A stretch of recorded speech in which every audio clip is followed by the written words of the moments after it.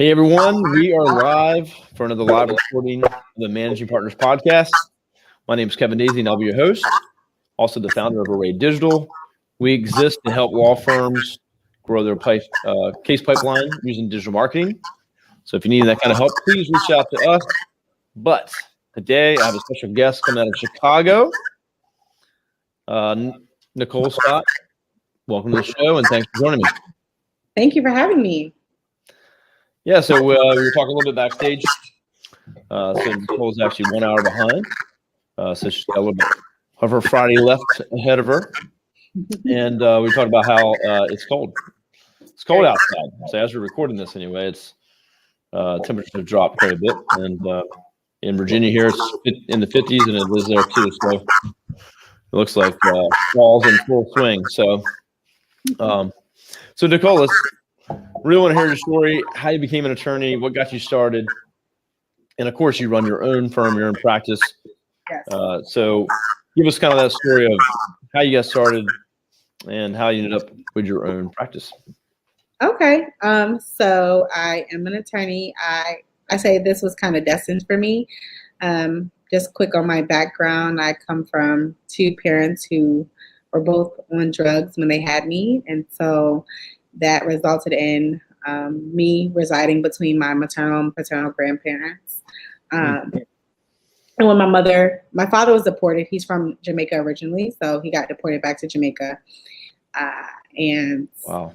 My mother got clean and sober. She, went to court to try to fight for custody of me again. At that time, I was residing primarily with my paternal grandmother. And so through that custody battle, there was an attorney that was appointed to me, and I was able to very much tell her everything.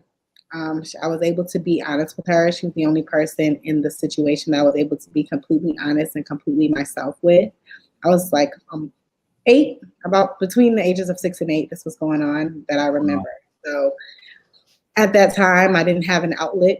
Both my paternal grandmother and maternal grandmother and my mother were just always asking me who I wanted to live with. And I was, of course, as a child, just telling everybody, yeah, I want to live with you, just to make it, okay. But my attorney, I was able to tell her everything. And she was young at the time. She was in her early 20s, just getting out of law school. And she was very blunt with me, a little 8-year-old, about her job and how stressful it was and things like that. But she made a difference for me. And so after that, I knew I wanted to, kind of help children and kind of develop more into, I want to do family law. And so that's kind of how I became an attorney and how my path kind of started. Fast forwarding to me owning my own firm, I always knew that I wanted to own my own firm, just my personality. When you know, right? Yeah, just me being my own boss. And so I kind of, again, it was destiny. I kind of was pushed out to do it. Me and another colleague, we actually got fired. And a lot of people don't know that.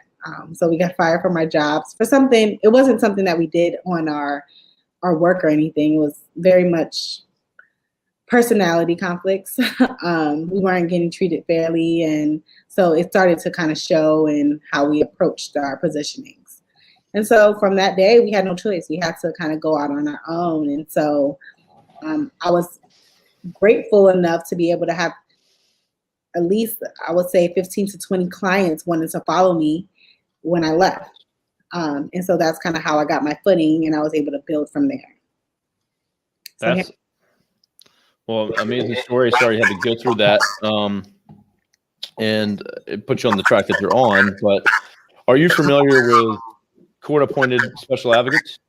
Yes, I am. So we don't call it that here. We call them either one of 3 things, either child representatives, guardian ad litums, or attorneys for the child. Okay. So here in Virginia, the Virginia State one, there's a few dozen probably throughout the state. But we actually did a charity giveaway, a website, marketing, all this other stuff, and that was our winner a few years ago. Okay. So we have a great relationship with them. We built their website, and it's for the whole state of Virginia, for the CASA, if you will. Yeah, which is called here. So I got to learn a lot more about that. So it was very interesting and a great thing to help out. So we were able to do that here recently. So, We have CASA here too. We do have a CASA program here as well. So Okay. yeah. Is it similar to what you experienced as a child? Kind of. It was more so of, it's kind of a mix of both. So here, we have CASA and we have CASA representatives. I don't work a lot with a lot of representatives from CASA, but it definitely was a court appointed individual who was helping on my case. And so it's more synonymous to what we have here. It's like the Office of the Public Guardian, and the Office of the Public Guardian, they do, custody. They appoint attorneys to help with custody issues, but they do an array of things. So it's not just custody. They deal with probate, and wherever you can appoint an attorney, the Office of the Public Guardian handles that.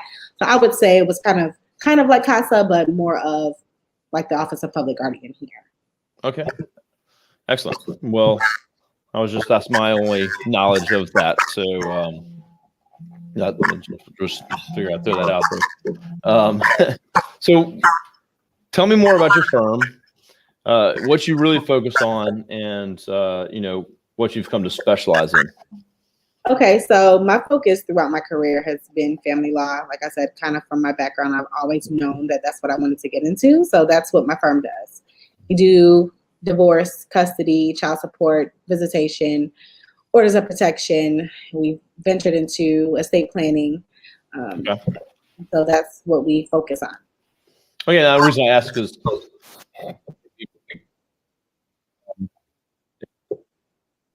an area, where some don't do estate planning, some do. Mm-hmm. But it makes a lot of sense to transition to that as well. So what are some of the ways that you started out with 20 clients, which came with you, which is awesome? And when did you get started? What year did you found the firm? 2018, August 20th of 2018. Okay. But you had some clients that came with you, so that's some good footing. From there, what has really been something that's worked well for you to get in front of clients, to get clients, any marketing activities or things like that? What has worked well for you to continue to grow?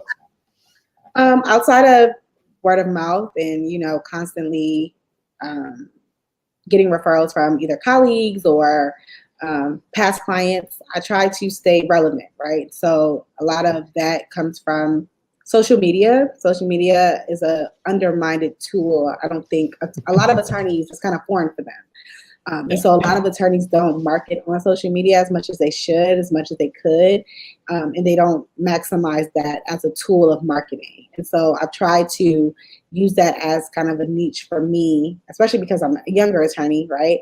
I can go on there and make a reel and, do TikTok and things like that and kind of get some attention from there. So that has been very beneficial to kind of helping me stay fresh and stay as a face of the firm, so to say. That's awesome. I'm glad to hear that, because obviously we do digital marketing for law firms. And most don't take advantage of certain things, and it's not like a company like mine can't just do reels and TikToks for clients. Right. They have to be willing and able. And actually, it's pretty funny. We were actually doing reels today in the office, so we were just recording a bunch that are go live next week, actually.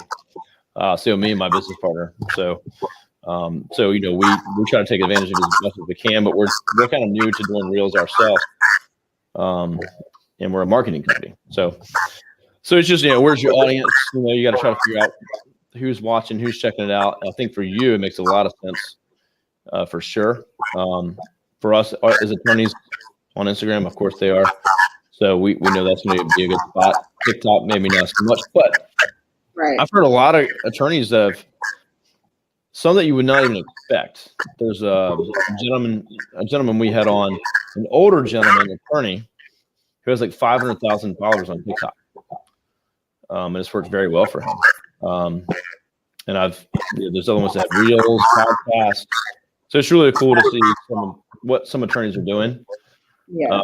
But you're correct that the vast majority are not really investing and don't really see that it's a place that they should, spend any time.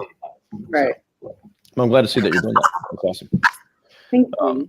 Are there things? So obviously, referrals are the best things in the world, word of mouth. And then of course, social media, you're doing that, which is awesome. has anything you've done in the past that you feel like didn't work, or things you've tried? Yeah, so kind of going on the realm of social media, you gotta have to really know how to use it in order for it to be beneficial. So I did hire a company because obviously it's time consuming, like, right? Like you talked about how you guys were recording reels today. And that can be very frustrating. I remember the first reel I recorded, which actually went kind of viral. But I remember how difficult it was just to get the first one done and to get it timed out right with the wording, and it was just a mess, right? It took us hours to kind of figure it out.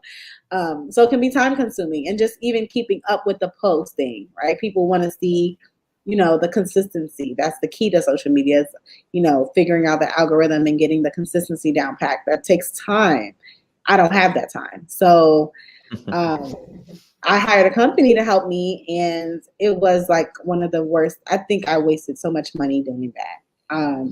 Just the posts that they were making didn't resonate with the type of clients that I want, nor are the type of clients that are attracted to our firm. So a lot of the posts were very generic. I saw that they were also helping my friend as well. They were posting the same things on her page. So I'm like, that doesn't help. Oh, wow. That's not good. Like those kind of things. And I was like, and then they wanted to have a lot of meetings. And obviously I'm hiring you because I don't have time. So for you to want to have 12 meetings a week, you're not helping me, right? And I can use this time for something else. And so that didn't help. So I think that was one of the things that I, not regret, but, I wish I didn't have used the money that way.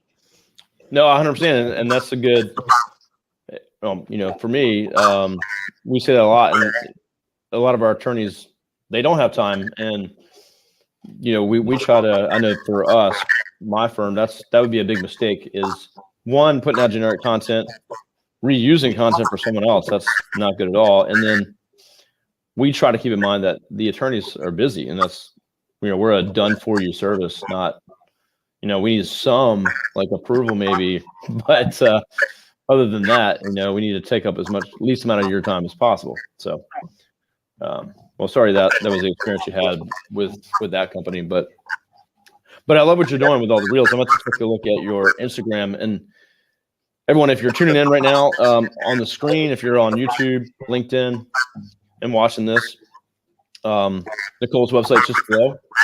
If you're listening on audio on the podcast, it's nmsfamilylaw.com. So that's nmsfamilylaw.com. Check that out. Check out her firm. And I assume, Nicole, you have Instagram or other things connected off there probably somewhere, right? I think so. I will have to look, but I'm sure it should be. Well, if not, what's your Instagram? Our Instagram is NMS Family Law. So it's my initials, NMS Family Law. That's our Instagram. You should be able to also see some of the videos that we did on there, as well as my personal page. You can look at Love, Live, Life. So it's LOVELIVE_15. You can find some of the reels that we did on there as well. Awesome. So it's basically the same as your web address too. That's your Instagram. Yeah. Perfect. I'm going to check that out. You'll see some reels coming from me here soon. Watch out. Try anyway. Well, so what's kind of the next step? What's the growth plans the next couple of years? We're coming out of COVID. Hopefully, it might get worse for a little bit, but then hopefully that's gone. But besides that, what does the next couple of years look like? What do you have on the radar? Well, I envision my firm, being one of the largest family law firms. And so that's going to require me to kind of step out of my but kind of role of doing the day-to-day. And so that's kind of where I'm transitioning now, trying to hire, another attorney to come on and help with the caseload so that I can, be the rainmaker essentially, and kind of bring in the clients on a more higher, a larger scale. Yeah, that's excellent. And so would you kind of bring in the work, and if you have other attorneys you can pass it down to, or Right. That's excellent. Right. Awesome. Yeah, well, we got big goals too, trying to grow. If you're not growing, you're dying, right? So That's it. Well, and dude, you can help more people make a bigger impact. Absolutely. If you're just working with a couple clients and you're small, that's how I try to look at it. Is the bigger I am, the more people we can help. So, yeah, that's awesome.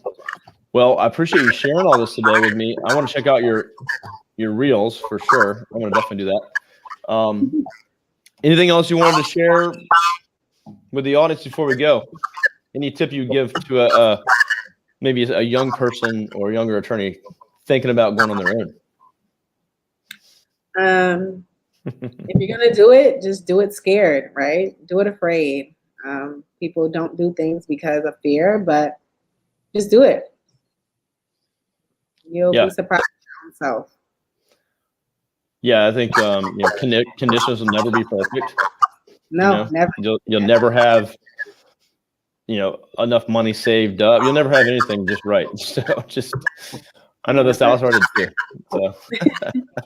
That's true. Even like coming out, even though, I was blessed with having clients coming out, a lot of people are not. They're coming out kind of just trying to wing it. I was able to have those clients as my footing. You still have issues. I remember it's going to be a struggle at first, right? I remember not having to pay myself and to pay my staff in the beginning.